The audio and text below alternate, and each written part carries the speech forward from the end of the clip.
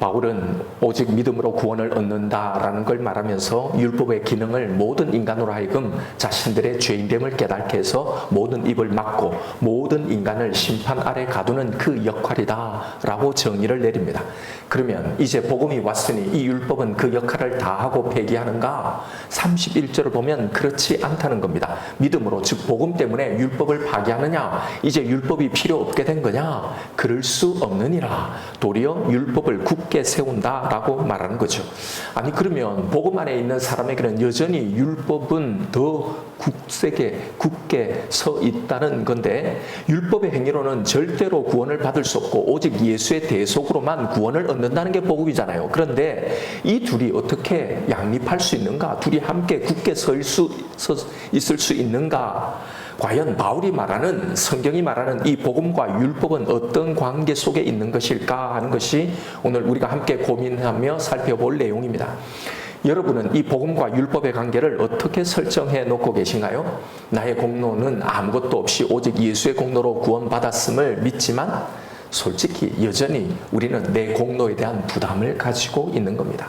구원은 은혜로 받았지만 그런데 신앙생활은 아직 율법으로 하고 있는 경우가 사실은 너무나 많은 게 현실이죠. 구원의 확신을 가지지만 그런데도 말씀대로 살아가지 못하는 내 모습을 보면 불안합니다. 아, 이러다 내 구원이 취소되는 건 아닌가? 천국 못 가는 건 아닌가? 어느 때는 복음을 보며 안심하다가 어느 순간 율법을 보며 불안해지는 거죠.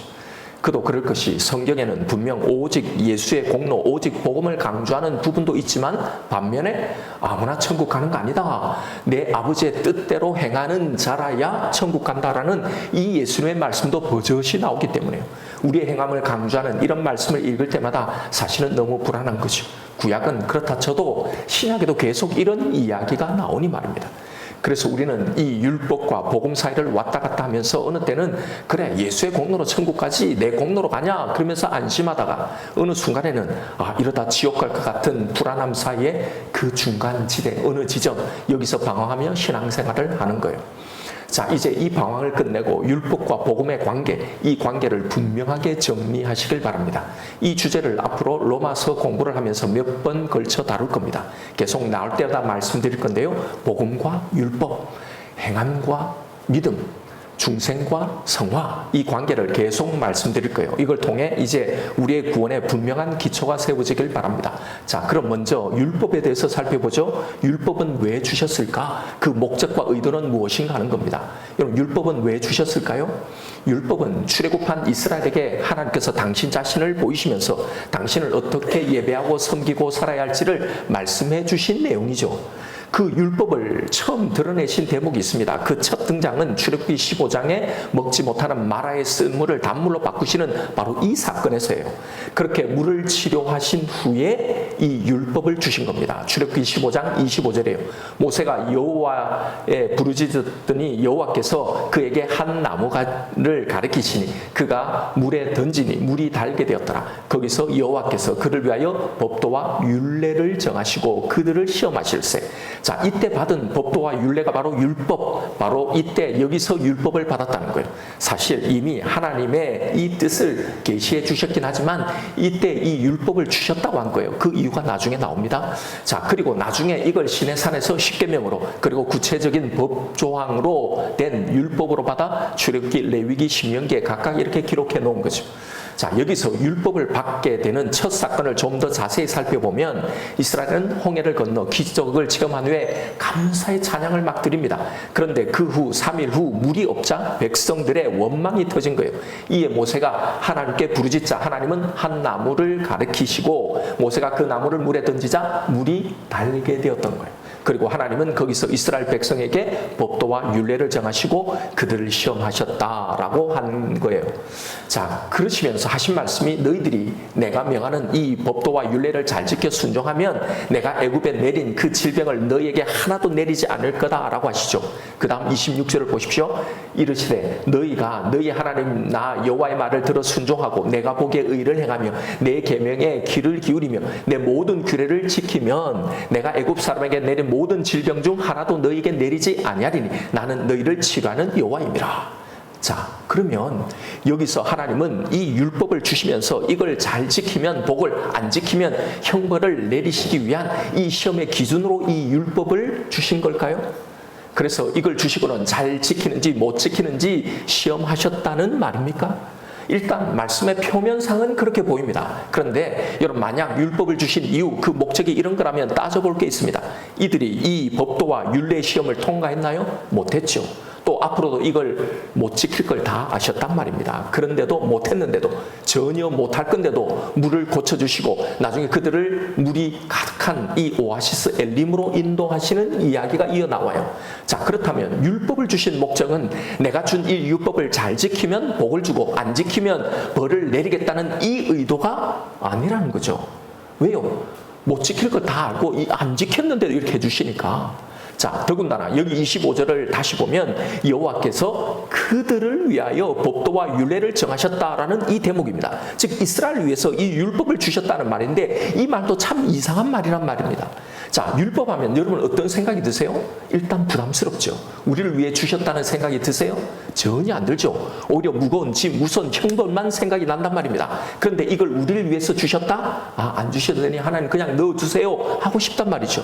자, 그런데 왜 우리를 위해 주셨다고 하셨을까? 자, 일단 이 질문을 가지고 분명히 율법은 우리를 위해 주셨다고 하는 거예요. 근데 왜 그럴까? 이 질문에 대해 가지고 이 율법에 대해서 다시 한번 좀 더 생각해 보죠. 자, 우리 신앙에 있어서 이 문제가 만들어내는 이상한 신앙이 있습니다. 바로 율법과 복음의 부조화예요. 우리는 오직 하나님의 은혜, 무조건적인 사랑과 긍휼의 하나님을 믿는다고 말합니다. 이렇게 구원의 문제는 전적인 은혜라고 하지만 그러나 우리의 실제 신앙생활에는 우리가 열심히 기도하고 열심히 믿고 노력하고 잘해야 한다는 이 압박감이 늘 상존하고 있는 거죠. 이렇게 신앙생활하니 이 복음의 은혜가 내 실질적인 삶의 모든 곳에서 참심을 전혀 주지 못하는 겁니다.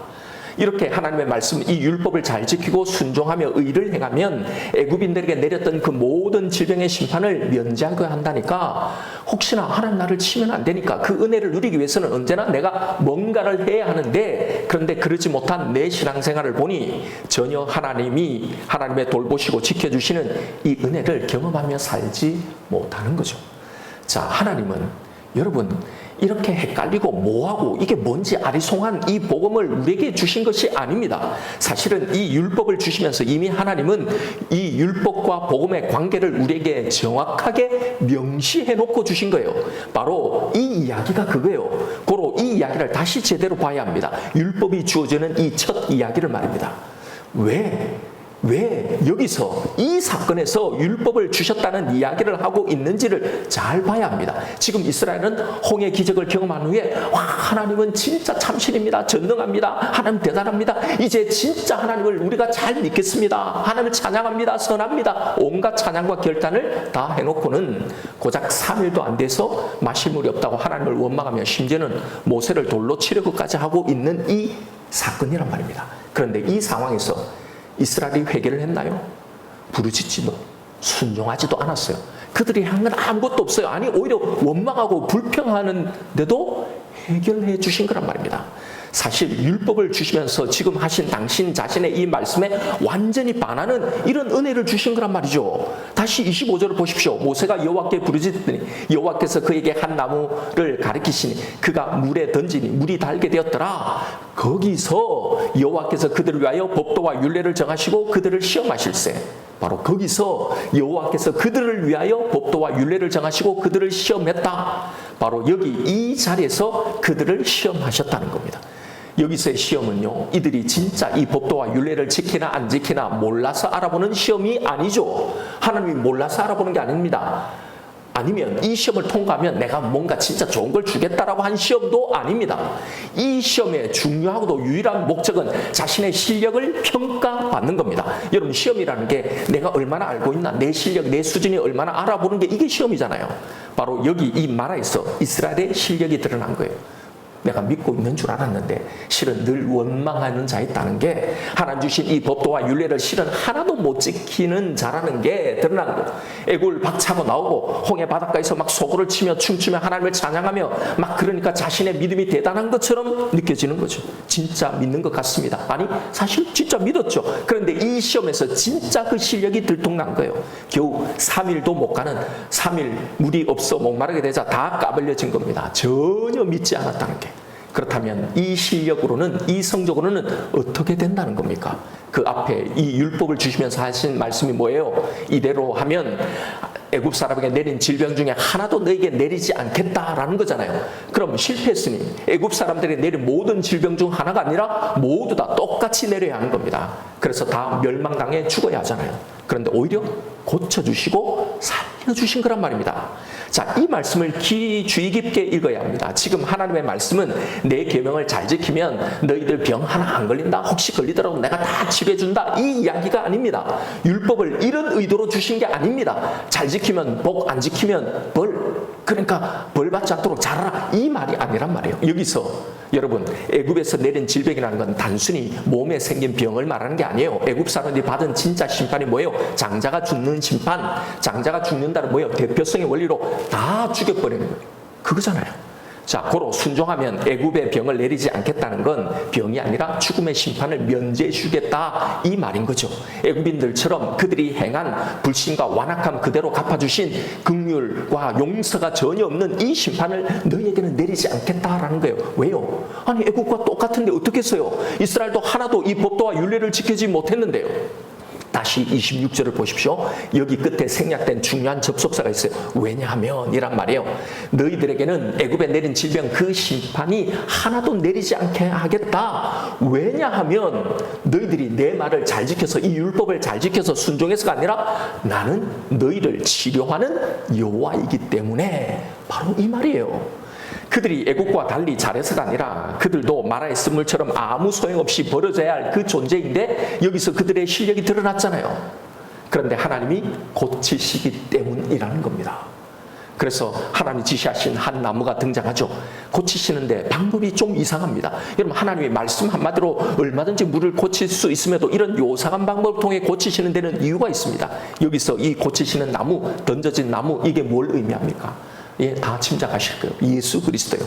베드로전서 2장 24절에서 이 사건을 이렇게 해석합니다. 친히 나무에 달려 그 몸으로 우리 죄를 담당하셨으니 이는 우리로 죄에 대하여 죽고 의에 대해서 살게 하려 하심이라. 그가 채찍에 맞음으로 너희는 나음을 얻었다니. 자, 여기서 베드로는 우리의 모든 죄에서 고치신 예수 그리스도의 이 십자가를 그냥 십자가를 하지 않고 나무라고 말합니다. 여기서 나음을 얻었다, 이 말이 오늘 본문에 나오는 치료하다라는 말이에요. 베드로는 이 출애굽기 이야기에서 이 나무와 치료라는 이 단어를 그대로 가져가고 지금 설명하고 있단 말입니다. 결국 이 이야기가 뭘 말하는 겁니까? 아무리 기회를 줘도 이 법도와 율례를 지킬 수 없어서 결국은 애굽이 받았던 이 심판을 피할 수 없다는 게 판명이 난 이 율법 시험 결과에 대한 하나님의 해법을 말하는 겁니다. 그 해법이 뭐라는 겁니까? 바로 예수 그리스도를 통해 고치셔서 이 율법의 시험을 통과하시게 하겠다는 거예요. 바로 여기서 이제 이 치료로 구원 얻는 우리와 하나님이 주신 이 율법, 즉 복음과 율법의 관계가 나오게 되는 거예요. 자, 결국 여기서 하나님이 우리에게 주시려고 했던 것이 무엇이었는지 이 율법을 주신 의도를 잘 보세요. 이 율법을 주신 목적은 우리로 하여금 이 율법 시험을 보게 해서 시험을 통과한 자만 구원해 주시겠다는 게 아니잖아요. 그들에게만 복을 주시겠다는 게 아니잖아요. 그들만 지키고 보호하겠다는 게 아니잖아요. 아까 말씀드린 것처럼 율법은, 이 시험은 우리 수준, 내 실력, 내 자격을 드러내는 시험입니다. 이게 목적이에요. 아, 나는 탈락이구나. 나는 마라의 쓴물처럼 마시지 못하는 존재, 버려져야 할 존재구나. 이게 판명 난 거예요. 전 인류 모든 인간이에요. 바로 그래서요. 그래서 나무가, 예수의 십자가가 우리를 고치셨다, 이 말을 하려고 하는 거예요. 즉 고치셔서 이 시험을 통과하게 하신 겁니다. 그래서 여기서도 이걸 강조하기 위해서 순종하니, 그래서 다 지키니 물을 고쳐주신 게 아니라 먼저 고쳐주시고 그 다음에 보시나요? 율례를 주신 것으로 물을 고쳐주신 후에, 구원하신 후에 법도와 율례를 주신 거란 말입니다. 그래서 이 순서가 매우 중요한 겁니다. 바로 이 순서를 강조하시려고 원래 이미 출애굽할 때부터 내 말을 들으라 믿으라 너희들은 순종해라 라고 말씀해 오셨지만 이때 여기서 이 사건을 통해 법도와 율례를 주셨다고 해놓으신 거예요. 보세요. 이걸 분명하게 하기 위해서 애굽에서 율법을 주시고 시험을 다 보게 하고 60점 이상 통과한 사람만 출애굽시켰나요? 아니잖아요. 다 어린 양의 피로 구원하시고 다 출애굽시키신 거예요. 그래서 홍해를 다 건너가게 하신 후에 여러분 이게 뭘 상징해요? 구원을 상징하는 거잖아요. 구원하신 후에 그 다음에 시내산에서 율법을 주신 걸로 상징화해 놓은 겁니다. 이 순서를 확인하라고요. 고로 율법은요, 성경의 말씀은 구원받기 위해서 내 모든 구원을 유지하기 위해서 지키는 것이 전혀 아닙니다. 또 이걸 못 지켰다고 우리 구원이 취소되는 게 아니라는 겁니다. 왜요? 구원은 이미 주셔놓고 율법을 주셨으니. 이걸 이 사건의 순서를 통해 분명히 해놓으신 거예요. 여러분, 우리가 불안하고 헷갈릴 때마다 이 성경의 순서를, 이 구원의 순서를 기억하고 붙들어야 하는 거예요. 고로 이제 우리가 하나님의 말씀대로 살아야 할 이유는, 거기에 순종해야 하는 이유는 구원 때문이 아닙니다. 이걸 안 지키면 구원을 잃기 때문이 아니에요. 이걸 안 지키면 하나님이 나를 치시고 내 문제에 간섭하셔서 나를 망하고 죽이게 하시기 때문이 아닙니다. 기도 안 하면, 순종 안 하면 하나님의 징계 매로 치시기 때문에 순종하라는 게 아닙니다. 이렇게 믿어서 다 불안하고 두려운 거예요. 복음을 믿는다고, 십자가를 믿는다고 하면서도 사실 그게 샬롬이 없는 거죠. 불안한 거예요. 복음과 율법의 이 관계를 모르니요. 사단이 가져다주는 거짓된 말씀, 율법주의가 아니라 여러분 성경의 말씀, 하나님의 말씀을 들으세요. 이미 우리는 고쳐졌습니다. 구원 얻은 겁니다. 이 율법의 시험을 통해 나는 아무런 자격이 없다는 게 판명이 났는데도 이 나무로 고쳐주신 거란 말입니다. 이미 우리의 운명, 우리의 본질이 바뀌었단 말이에요. 내가 너를 고치는 여호와이기 때문에, 치료의 하나님이 내가 너를 이미 고쳤기 때문에 너는 애굽의 심판을 결코 받지 않을 거다라고 약속하신 거예요. 내가 너를 결코 버리지 않는다고 말씀하신 거예요. 이건 변하지 않는 사실이기 때문에 하나님이 뭐라고 직접 말씀하신 거예요? 나는 인생이 아니니 후회함이 없고 나는 인자가 아니니 시건치 않는다고, 어찌 내가 말한 바를 행하지 않겠느냐라고 말씀하신 거란 말이에요. 그래서요. 바로 그래서 우리는 이제 이 율법을 지키는 겁니다. 자, 잘 들어보십시오. 살기 위해서가 아니라 이미 나를 구원하시고 살리신 이 은혜를 이제 내가 정말로 알기 때문에, 이 은혜의 가치를 알기에, 나를 이렇게 고치시기 위해서 하나님이 어떤 대가를 지불하셨는지 그 사랑을 알기에, 그래서 고치신 후에, 구원하신 후에 율법을 주신 거란 말이에요. 제가 말씀드렸잖아요. 늘 사랑하면 사랑하는 그 대상이 원하는 이걸 해주고 싶은 마음이 사랑하는 그 사람 마음에 막 생긴다고요. 이건 전혀 부담스러운 짐이 아니라 내 기쁨이 되는 겁니다. 내가 하면서도 그가 얼마나 좋아할 것을 예상하니 그를 위한 내 수고, 내 고생, 내 헌신이 하나도 짐이 아니라 기쁨인 거죠. 즐거움으로 하게 된단 말입니다. 이게 복음과 율법을 주신 하나님의 계획이었단 말이에요. 그러니 그 속에는 언제나 복음을 먼저 가지고 계셨던 거예요. 보세요. 구약은 율법으로, 신약은 예수 그리스도로 구원받는 게 아니란 말입니다. 먼저 율법을 주셨는데 구약의 인간들이 이 율법을 못 채니까 그래서 예수님을 보내신 게 아니란 말입니다. 구약에서도 처음부터, 창세기에서부터, 창세 전에 예수의 구원 계획은, 예수를 통한 구원의 계획이 있었잖아요. 여자의 구속, 예수를 통한 구원이었단 말입니다. 고로 이제 구원받은 우리는 율법이 필요 없어지는 게 아니라 이제 진짜 필요하게 되는 겁니다. 왜요? 아니, 하나님이 무엇을 원하는지, 뭘 기뻐하는지 그걸 알아야 그렇게 살 것 아닙니까? 그걸 알려주신 게 율법이란 말이에요. 이제 우리에게 이 율법이 진짜 그 역할을 하게 되는 겁니다. 그 전에는 이걸 지킬 능력이 없었지만 이제 우리는 그 구원 안에 들어와 그 은혜에 감사함으로 더욱더 지키게 되는 겁니다. 자, 보십시오. 율법이 진짜 기능하는 것은 이미 복음 안에 들어온 자, 구원을 얻은 자란 말이에요. 그러니 이 율법이 우리의 구원을 좌지우지하지 못한단 말입니다. 자, 로마서 8장 3절을 보십시오. 율법이 육신으로 말미암아 연약하여 할 수 없는 그것을 하나님은 하시나니. 왜요? 마라처럼 쓴물 마실 수 없는 우리를, 할 수 없는 우리를 고치셨기 때문에. 어떻게 고치셨다는 겁니까? 그 다음 말요. 곧 죄로 말미암아 자기 아들을 죄 있는 육신의 모양으로 보내어 육신의 죄를 정하사 나무를 던져서요 십자가를로 고치셨다는 거예요. 그래서 4절에 육신을 따르지 않고 그 영을 따라 행하는 우리에게 이제 율법의 요구가 이루어지게 하려 하심이라. 하나님이 나무로 예수 그리스도로 우리를 고치셨다는 거예요. 그래서 이제 우리에게 이 율법의 요구가 이루어지도록 이 율법을 지킬 수 있도록 하셨다는 거예요. 왜요? 이제는 못 지킬 불가능한 것을 지키는 게 아니라 이미 이루어 놓으신, 완성해 놓으신, 이미 써 놓으신 그 위에 우리가 다시 그대로 따라 그리는 거예요. 이걸 감사하며 누리며 지키게 되기 때문입니다. 이게 바로 전에는 이 율법을 돌비에 새겼지만 이제는 우리의 마음에 신비에 새겼다는 이 말씀이 바로 이런 의미예요. 그래서 이제는 율법이 폐해진 게 아니라 더 굳게 세워졌다고 하는 겁니다. 오늘 본문 31절에 율법이 폐하느냐? 그럴 수 없느니라. 도리어 율법을 굳게 세운다고 하는 거예요. 고로 이제 이 율법을 통한 우리의 시험은요, 우리를 정죄하려는 게 아닙니다. 이제 이 율법의 기능, 우리가 이 율법을 가지고 뭘 어떻게 해야 하는지를 잘 보세요. 이 율법은 우리에게 여전히 지금 세워져 있습니다. 이게 성경이 선언하는 거잖아요. 고로 여전히 이 말씀, 이 율법을 보면 우리는 사실 시험을 봅니다. 그래서 이 시험으로 우리는 우리의 실력, 원래 자격을 확인하는 거예요. 불합격. 그리고 이런 내가 받아야 할 그 심판을 우리는 보는 겁니다. 그런데 이제 이 모든 일은 정죄감, 죄책감, 두려움, 불안, 공포가 아니라 이런 나를 고치시고 치료하신, 구원하신 하나님의 은혜를 더 감격함으로 받게 만드는 겁니다. 왜요? 율법이 오기 전에 이미 복음이 내 속에 와 있었기 때문에.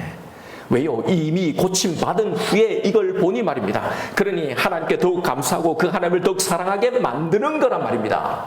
율법의 기능이 이거란 말이에요. 그러니 사실 율법은 이미 고침받은 자들만이 인식하게 되는 거란 말이에요. 그런데 사단이 이 용도를 바꿔서 여전히 우리를 두렵게 하고 불안하게 하고 있단 말입니다. 여기에 속으면 안 된단 말이에요. 하나님이 원래 전혀 그런 의도로 우리에게 주신 게 아닌데 우리는 그렇게 사용하면 안 된단 말이에요. 이게 고침받은, 치료받은 우리에게 변해야 할 율법의 용도인 거예요. 이 자각이, 이 감사와 감격이 더 하나님의 뜻대로, 말씀대로 순종하고자 하는 우리의 거룩한 열심, 열정을 낳게 만드는 거예요. 그래서 이 율법을 우리를 심판하고 죽이기 위해서가 아니라 우리를 위해서 주셨다라고 한 겁니다. 그래서 이 말이 참말이에요. 하나님이 그냥 우리를 속이는 말이 아니라 진짜 우리를 위해서 주신 거란 말이에요. 여러분, 이 마음이 훨씬 더 강력합니다. 왜요? 이제는 돌비가 아니라 성령에 의해서 우리의 마음의 신비에 이 하나님의 생각이 자꾸 나도록 새겨져 있기 때문에요. 여러분, 여러분의 자녀에게, 여러분이 가장 사랑하는 사람들한테 내 속에 자연스럽게 나오는 일들을 보십시오. 아마 돈 주고도 월급 받고 하라고 해도 그렇게 내 온 마음을 다해서는 하지 못할 거예요. 똑같은 열심이지만 이제는 전에와는 전혀 다른 겁니다. 전에는 안 지키면 벌 받을까봐, 혼날까봐, 나를 치실까봐 두렵고 무서워했다면 이제는 완전한 안전 가운데, 그 구원 가운데 감사함으로 사랑하기 때문에 지키는 거예요. 이게 더 큰 겁니다. 이게 더 강렬한 거예요. 하나님이 원하시고 계획하신 게 바로 이겁니다.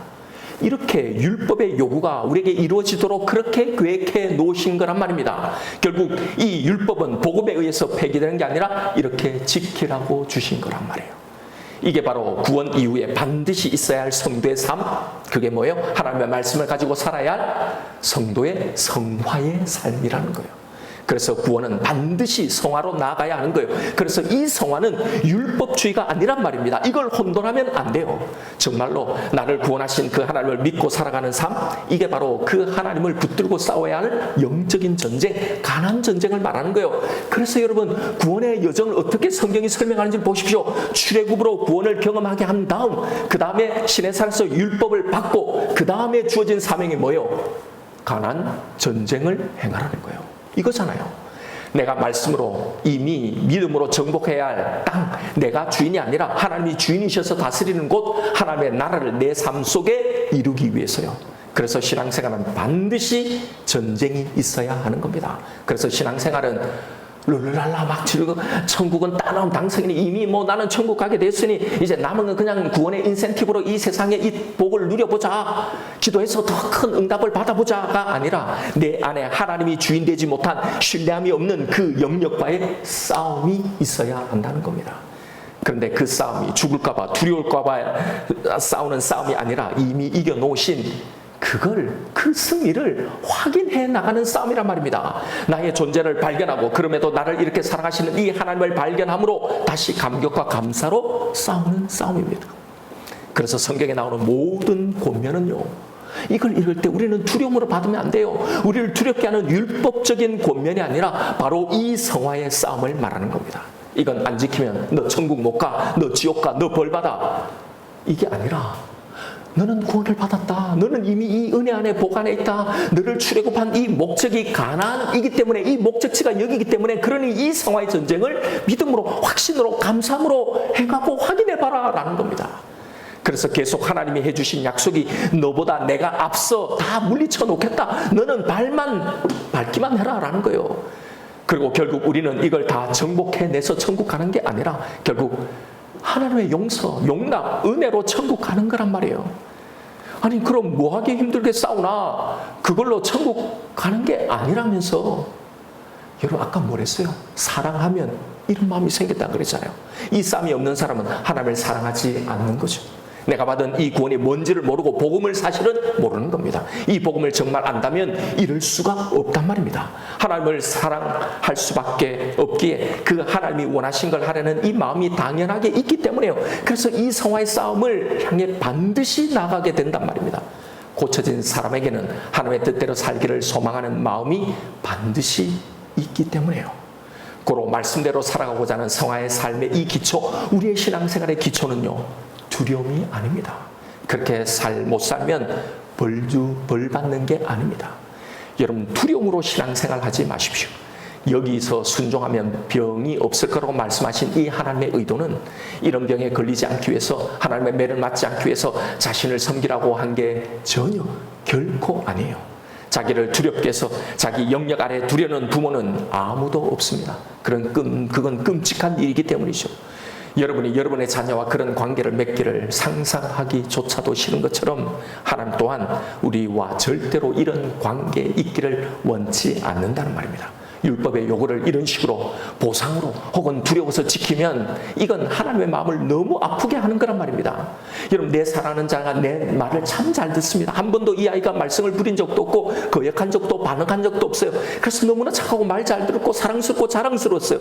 이렇게 양육한 내가 뿌듯한 거죠. 그런데 어느 날 이 아이가 그 친구에게 하는 말을 듣는 겁니다. 사실은 나는 엄마 아빠가 너무나 무섭다고, 그래서 매일 악몽을 꾼다고, 내일도 반가운 것처럼 인사를 해야 하고 사랑하는 것처럼 이것도 저것도 해야 하는 게 이게 너무나 싫은데, 그런데 너무나 무서워서 이걸 해야 한다고. 여러분 이 말을 들은 엄마 아빠의 마음이 어떨까요? 너무나 고통스러운 겁니다. 이런 걸 원하는 부모는 아무도 없을 거예요. 혹은 또 이런 말을 들었다고 생각해 보십시오. 이제 몇 년만 버티면 부모의 전 재산이 내게 될 거니 귀찮아도 싫어도 이렇게 어쩔 수 없이 내가 간병한다는 걸 안 부모는 자신의 전 인생이 참으로 허망한다는 걸 알고 절망할 거예요. 여러분 하나님도 그렇단 말입니다. 하나님을 이렇게 믿지 마십시오. 참으로 오해하고 있는 거예요. 여러분이 만약 부모라면 부모로서 내 아이들이 나를 어떻게 생각하면 좋을는지를 생각해 보면, 혹은 내가 정말로 사랑하는 사람이 내 사랑을 어떻게 생각했으면 좋을지를 생각해 본다면 하나님의 마음과 의도가 조금은 이해가 될 겁니다. 여러분 그렇게 하나님을 사랑하고 그렇게 믿으십시오. 이걸 말씀하시는 거예요. 이 하나님의 의도에 꼭 붙어 있으시길 바랍니다. 이제 오늘 말씀을 정리해 봅시다. 왜 복음 안에 있는 우리에게 이 복음은 여전히 그 존재의 이유를 가질까요? 복음과 율법이 그동안 하나님의 계획 속에서 나에게 어떻게 작용해 왔는지를 여러분 곰곰이 내 신앙 전체를 한번 묵상해 보십시오. 우리는 기적적인 은혜, 바로 복음으로 출애굽을 했고 홍해를 건너서 신앙생활을 시작했습니다. 우리에게는 그 구원의 바닷가에서 있었던 감격과 기뻐 불렀던 이 찬양이 있습니다. 복음으로 너무나 좋았던 때죠. 중생의 처음 시간들, 그때의 신앙생활은 너무 좋았단 말입니다. 그냥 이대로 살다가 천국 가면 좋겠다는 이 시간들요. 그런데 이런 신앙생활에는 마라를 만나는 겁니다. 마실 수 있는 물이 없는 상황, 고난이 오죠.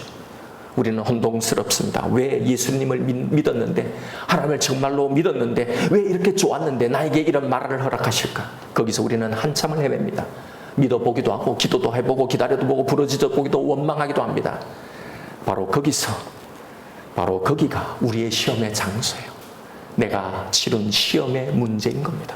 모든 신자의 신앙의 길은 반드시 여기를 만나게 되는 겁니다. 성적이 나옵니다. 불합격. 나는 그동안 내 신앙생활 내내 나는 그래도 애국과는 다르다라고 믿었습니다. 그래도 나는 조금은 낫다고, 나는 하나님을 믿는다고, 예수가 최고의 복이라는 걸 생각한다고, 나는 이것에 동의한다고. 그런데 이걸 믿고 있는 나에게 하나님은 왜 이런저런 것 응답해 주시지 않나? 사실은 이게 불만이었던 거죠. 사실은 내가 받은 이 구원, 이 은혜를 제대로 알지 못하고 있었던 거죠. 그런데 바로 여기 이 마라의 시험에서 완전히 들통이 나는 겁니다. 실은 내가 참으로 전혀 믿지 않았구나. 나는 저 애굽 사람과 아무도 다를 바가 없구나. 우리를 여기 이 마라로 인도하신 이유가 바로 이겁니다. 여기서 이 율법을 대면하게 하신 이유가 이거예요. 우리 자신, 바로 나를 보라고, 정확하게 보라고, 똑똑하게 보라고. 그래서 우리는 애굽과 하나도 다를 바가 없고, 그래서 우리도 애굽이 받은 그 징벌, 그 심판을 고스란히 받아야 하는 존재라는 걸 인정하라고. 이게 참 아픈 거죠. 이게 너무나 고통스러운 겁니다. 너무한가요? 깐깐한가요? 아니에요. 우리를 위해서요. 예수님이 말씀하시기를 건강한 자에게는 의원이 쓸데없고 병든 자라에게야 쓸데있느니라. 자신이 병든 줄 알아야 나를 고치시는 이 여호와, 이 라파의 하나님, 나를 고치시기에 당신의 아들을 내게 던지신 그 하나님을 진짜 만나기 때문이에요. 여기서 우리는 진짜 복음을 만나게 되는 겁니다. 그동안 그냥 음격결에 경험한 6월절이었어요. 그냥 음격결에 나왔던 출애굽이지만, 그런 구원이었지만, 내가 믿어서 구원을 받았다고 생각했지만, 이제 진짜 복음을 이해하게 되는 겁니다. 그 자리, 그 시험의 자리, 여기서 우리는 나를 사랑하신 하나님, 나를 고치신 하나님을 더 깊이 만나게 되는 거예요. 그래서 우리를 이리로 인도하시는 겁니다. 그래서 복음을 주시고 율법이 우리에게 작용을 하는 거예요. 이 율법을 대면하게 하시고, 거기서 이 시험을 통해 나를 보게 하시고, 내가 어떤 자인지, 어떤 위치, 어떤 운명에서 이 구원을, 이 은혜를 받았는지 진짜 알고 고백하게 하시는 거예요. 그래서 여러분, 우리는 우리 신앙생활에서 내 신앙의 바닥을 치고 내 인생의 바닥을 치는 사건, 그 시간을 만나게 되는 거예요. 그런데 거기서 이 하나님을 만남으로 이제 진짜 신앙생활이 시작되는 겁니다. 그래서 우리의 신앙이 바닥을 치는 그 시간들, 내 자신을 적나라하게 보는 이 고통의 시간들, 그 침체의 시간들도 신앙의 시간이라고 하는 겁니다. 그래서 이제 구원의 목적인 성화의 삶을 무서워서 두려워서 지키는 게 아니라 정말로 감사해서, 정말로 고마워서, 이런 나를 영원히 지켜주심을 믿기 때문에 이제 감사함으로 지키려고 하는 겁니다. 그런데 여러분, 그러고도 우리는 또 못해요. 그런데요, 못해도 또 넘어져도 괜찮습니다. 두려워하지 마십시오. 불안해하지 마십시오. 우리의 신앙생활을 그렇게 불안해하지 말란 말입니다. 이런 나를 또 받아주시고 또 고쳐주시는 하나님을 거기서 또 우리는 만나고, 그래서 우리의 감사가 더 커지고 다시 더 큰 결심으로 순종하고 하는 바로 이 복음과 율법의 일을 하시면 된단 말입니다. 이게 우리를 구원하여 당신의 목적지까지 이끌어 가시는 하나님의 인도하심입니다. 이게 우리의 구원이 걸어가는, 우리 구원이 걸어가야 할 이 여정인 거예요. 이게 십자가의 복음과 율법을 함께 주신 이유이고, 이 둘이 우리의 구원 안에서 작동하는 원리인 거예요. 그래서 분명 성경에는 행위로 구원을 얻는 게 아니라고 말씀하셔 놓고는 또 주여 주여 하는 자라고 다 천국에 가는 게 아니라 아버지의 뜻대로 행해야 구원 얻는다라고, 행함이 있어야 구원 얻는다고 하신 거예요. 여기서 행함은 율법주의적 행함이 아니라 바울이 말하는 복음을 깨달아서 나오는 이 감사의 행함을 말하는 겁니다. 그러니 그런 행함이 없는 믿음은 죽은 거다. 즉 구원이 없다라고 하신 거예요. 왜요? 그게 없으면 진짜 하나님을 알지 못하고 믿지 못하고 그 구원이 무엇인지를 전혀 모르는 사람이기 때문에. 그래서 이런 신앙생활이 없다면 여러분, 우리는 다시 어디서부터 잘못되었는지 성경의 지도를 펴놓고 우리의 신앙을 거슬러 제대로 길을 찾아야 하는 겁니다. 이건 있으면 좋고 없으면 그만이 아닙니다. 이게 성경이 말하는 구원받은 자의 삶이라는 거예요. 이게 없으면 잘못된 겁니다. 잘못된 길을 가고 있는 겁니다. 신앙은 고된 짐을 지고 하나님 휘두르시는 이 채찍에 맞지 않으려고 두려워서 맞지 않으려고 가는 고행의 길이 아닙니다. 이미 주신 이 구원의 안전함을 누리며 하나님이 기뻐하시는 이 삶을 향해 성화의 삶을 살아가는 겁니다. 그러니 먼저 우리가 해야 할 일은 이런 율법적 신앙생활, 여기에 기인한 불안함이 아니라요, 왜 나에게는 이런 마음, 이런 사랑의 마음, 하나님을 사랑하고 감사하는 이 마음이 없을까를 고민해야죠. 여러분, 그 해결이 뭐라고 했습니까? 그게 지난 시간에 다룬 우리의 죄인됨의 고백인 거예요. 이걸 깊이 고민하는 겁니다. 여기서 내가 받은 은혜가 뭔지를 알게 되니까요. 이렇게 이 신앙의 지도를 가지고 길을 잃을 때마다 이 지도대로, 이 매뉴얼대로 깊이 묵상하고 고민하며 이 길을 찾아가는 거예요. 그래서 지도인 이 성경을 우리에게 주셨잖아요. 그래 여러분, 아무도 이 길을 잃지 않고 다 찾아가게 됩니다.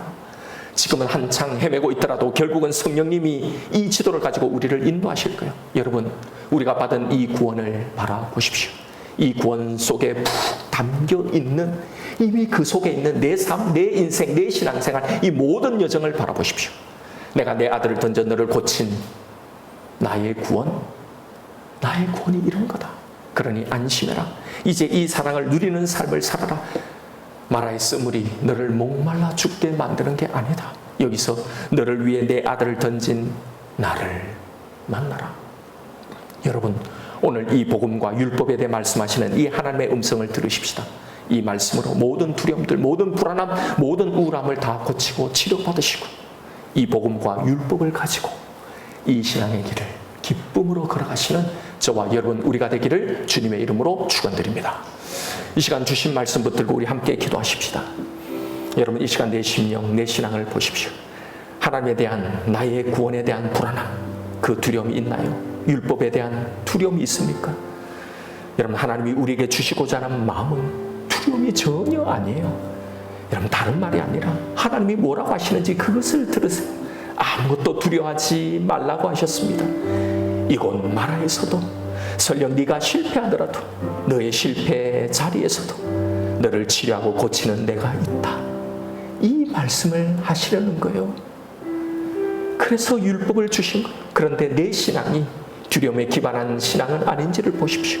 이미 복음으로 치료되었어요. 하나님의 치료를 다시 되돌릴 것은 아무것도 없어요. 복음 전에 이미 복음으로 다 고치고 완성해 놓으신 거란 말이에요. 그러니 이 율법을 두려움으로 사용하지 마세요. 이 율법도 우리를 위해서 주신 거예요. 이 율법으로 하나님의 이 사랑을 만나고 이걸 누리며 감사하고 신앙생활 하십시오. 두려움이 아니라 하나님을 사랑함으로 하나님이 기뻐하시는 것을 향해 나아가면 됩니다. 또 넘어져도 또 치료하세요. 그래서 더욱더 감사하고 다시 하나님이 원하는 걸 향해 나아가면 되는 겁니다. 이 복음과 율법을 이렇게 사용하세요. 내 모든 신앙의 여정을 인도하시는 하나님의 이 신실하심을 믿으세요. 언제나 이 복음과 율법은 나를 이렇게 다정함으로 인도하실 겁니다. 그러니 우리도 두려움이 아니라 이 다정함으로, 감사함으로, 평강으로 담대히 우리의 신앙의 길을 걸어가십시다.